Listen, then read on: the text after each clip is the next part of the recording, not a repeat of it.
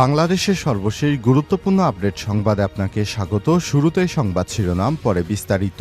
শুরুতেই জানাবো, বিশ্ব ইজতেমা ময়দানে সাদ এবং জোবায়েরপন্থীদের দুই গ্রুপের মধ্যে ভয়ানক সংঘর্ষ, নিহত ৩, আহত শতাধিক। বিশ্ব ইজতেমা ময়দানকে কেন্দ্র করে জোবায়ের এবং সাদপন্থীদের মধ্যে তুমুল সংঘর্ষ হয়েছে। এ পর্যন্ত ৩ জন নিহত, প্রায় শতাধিক মুসল্লি আহত হয়েছে। এদিকে ইজতেমা ময়দানে সাদপন্থীদের নিয়ন্ত্রণে রয়েছে বলে দাবি করেছে এবং ভিডিও বক্তব্য দিচ্ছে সাদপন্থীরা।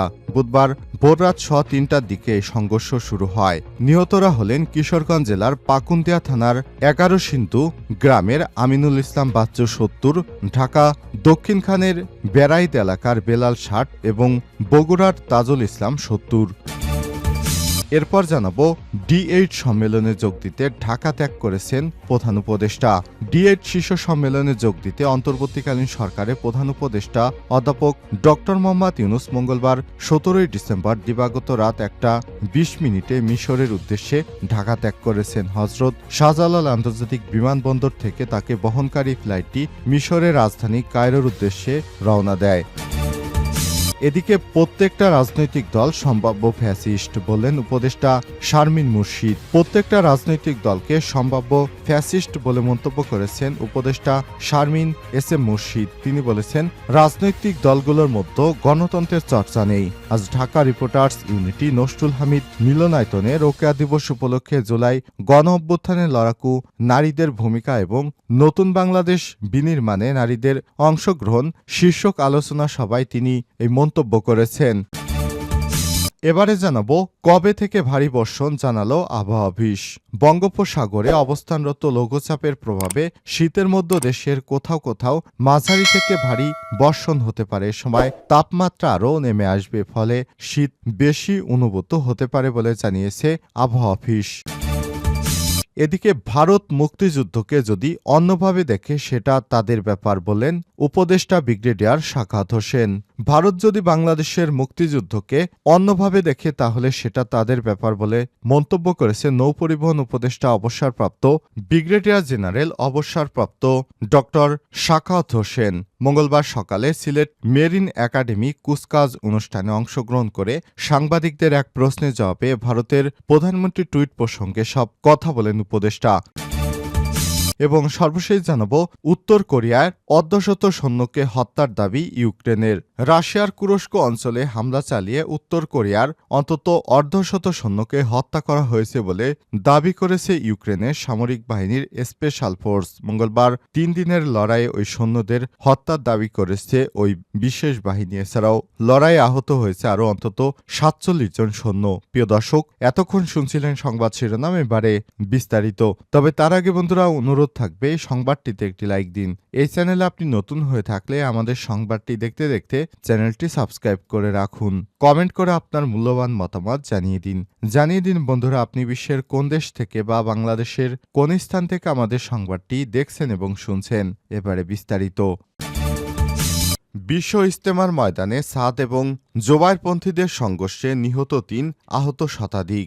বিশ্ব ইজতেমা ময়দানে দখলকে কেন্দ্র করে জোবায়ের ও সাদপন্থীদের মধ্যে তুমুল সংঘর্ষ শুরু হয়েছে। রাত ৩টা থেকে এই সংঘর্ষ শুরু হয়। এ পর্যন্ত ৩ জন নিহত এবং প্রায় অর্ধশতাধিক মুসলিম আহত হয়েছে। এদিকে ইজতেমা ময়দান সাদপন্থীদের নিয়ন্ত্রণে রয়েছে বলে দাবি করে ভিডিও বক্তব্য দিচ্ছেন তারা।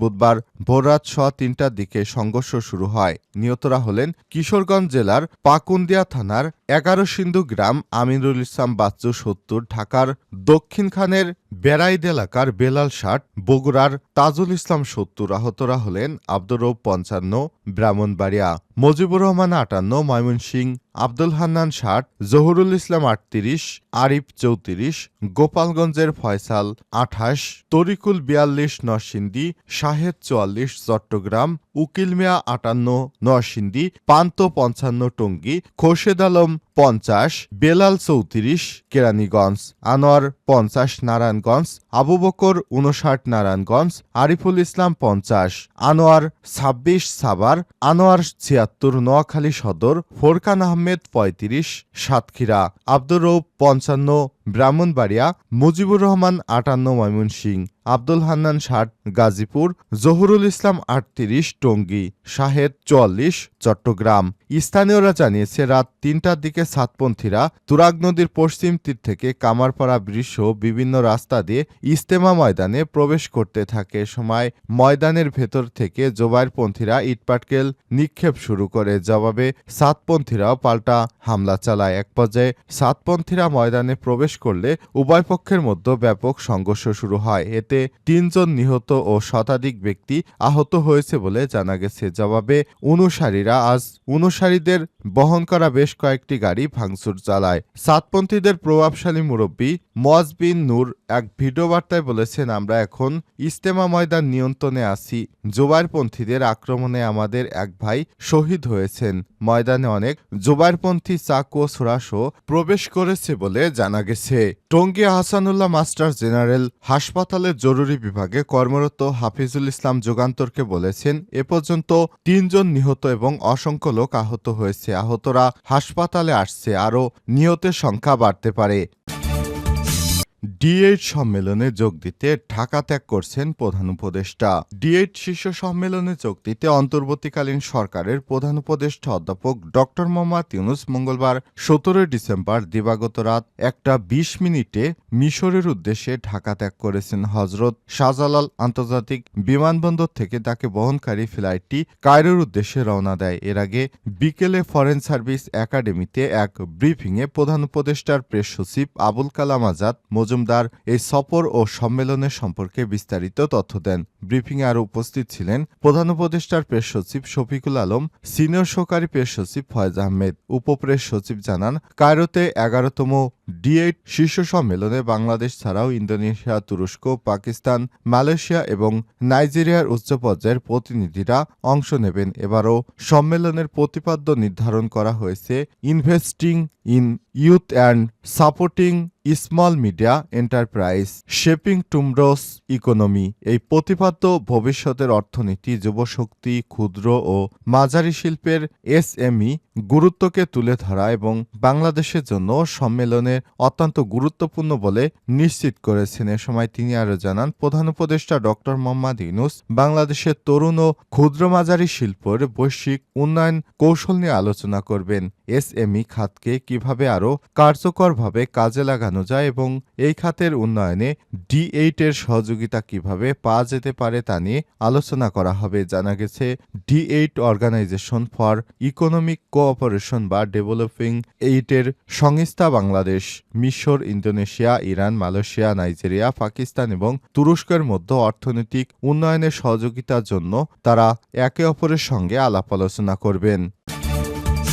প্রত্যেকটা রাজনৈতিক দল সম্ভাব্য ফ্যাসিস্ট, উপদেষ্টা শারমিন মুর্শিদ। প্রত্যেকটা রাজনৈতিক দলকে সম্ভাব্য ফ্যাসিস্ট বলে মন্তব্য করেছেন উপদেষ্টা শারমিন এস মুর্শিদ। তিনি বলেছেন, প্রত্যেকটা রাজনৈতিক দল সম্ভাব্য ফ্যাসিস্ট, কারণ রাজনৈতিক দলের মধ্যে গণতন্ত্রের চর্চা নেই। মঙ্গলবার ১৭ December Dhaka reporters institute Nasrul Hamid মিলনায়তনে রোকেয়া দিবস উপলক্ষে জুলাই গণ অভ্যুত্থানে লড়াকু নারীদের ভূমিকা এবং নতুন বাংলাদেশ বিনির্মাণে নারীর অংশগ্রহণ শীর্ষক আলোচনা সভায় তিনি এই মন্তব্য করেছেন। জুলাই গণ অভ্যুত্থানে নারীদের অংশগ্রহণ সম্পর্কে তিনি বলেন, জুলাই আন্দোলনে স্বতঃস্ফূর্তভাবে নারীরা অংশগ্রহণ করেছিল। নারীদের অংশগ্রহণ ছাড়া এই আন্দোলন সফল হতে পারে না। তবে আন্দোলন পরবর্তী সময়ে নারীদের অবদান মূল্যায়ন করা হচ্ছে না। নারী অধিকার সংগঠন কথা বলো নারী আয়োজিত এই সভায় শারমিন এস মুর্শিদ আরও বলেন, আমরা সংরক্ষিত আসন করব না, আমরা সংরক্ষিত নারী আসন নয়, এসব আসনে সরাসরি নির্বাচন চাই। এই নির্বাচনের মাধ্যমে আমরা সরাসরি প্রতিনিধি বাছাই করে নিতে চাই। মহিলা ও শিশু সমাজ কল্যাণ বিষয়ক উপদেষ্টা শারমিন এস মুর্শিদ আরও বলেন, 2 মাসের মধ্যে নারী আন্দোলনকারীদের তালিকা করা হবে। আমরা চাই তালিকাটা করলে জানতে পারবো এই অভ্যুত্থানে কার কি ক্ষতি হয়েছে। এই তালিকার এটাও থাকবে কে কি পড়াশোনা করছেন, কার কি পেশা, দক্ষতা এবং মেধাকে মাথায় রেখে আমরা পরিকল্পনা করতে পারবো। কবে থেকে ভারী বর্ষণ জানালো আবহাওয়া অফিস। বঙ্গোপসাগরে অবস্থানরত লঘুচাপের প্রভাবে শীতের মধ্যে দেশের কোথাও কোথাও মাঝারি থেকে ভারী বর্ষণ হতে পারে। এ সময় তাপমাত্রা আরও নেমে আসবে, ফলে শীত বেশি অনুভূত হতে পারে বলে জানিয়েছে আবহাওয়া অফিস।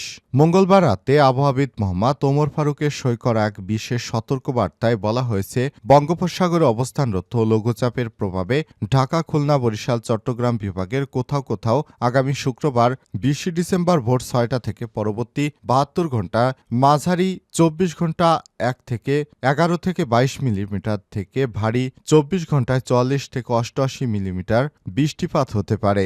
এদিকে আবহাওয়াবিদ শাহনাজ সুলতানার সই করা এক বিজ্ঞপ্তিতে মঙ্গলবার 6 থেকে পরবর্তী 72 ঘন্টার পূর্বাভাসে বলা হয়েছে, প্রথম 24 ঘন্টা অস্থায়ীভাবে আংশিক মেঘলা আকাশ সহ সারা দেশে আবহাওয়া শুষ্ক থাকতে পারে। এ সময় তারা দিনের তাপমাত্রা সামান্য বাড়বে বলে জানিয়েছে। মধ্যরাত থেকে সকাল পর্যন্ত দেশের কোথাও কোথাও হালকা থেকে মাঝারি ধরনের কুয়াশা পড়তে পারে। পরবর্তী 24 ঘন্টায় অস্থায়ী এবং আংশিক মেঘলা আকাশ সহ সারা দেশে আবহাওয়া প্রধানত শুষ্ক থাকতে পারে, তবে খুলনা বিভাগের দু এক জায়গায় হালকা বৃষ্টির সম্ভাবনা রয়েছে। এ সময় রাতের তাপমাত্রা সামান্য কমলেও দিনের তাপমাত্রা প্রায় অপরিবর্তিত থাকতে পারে।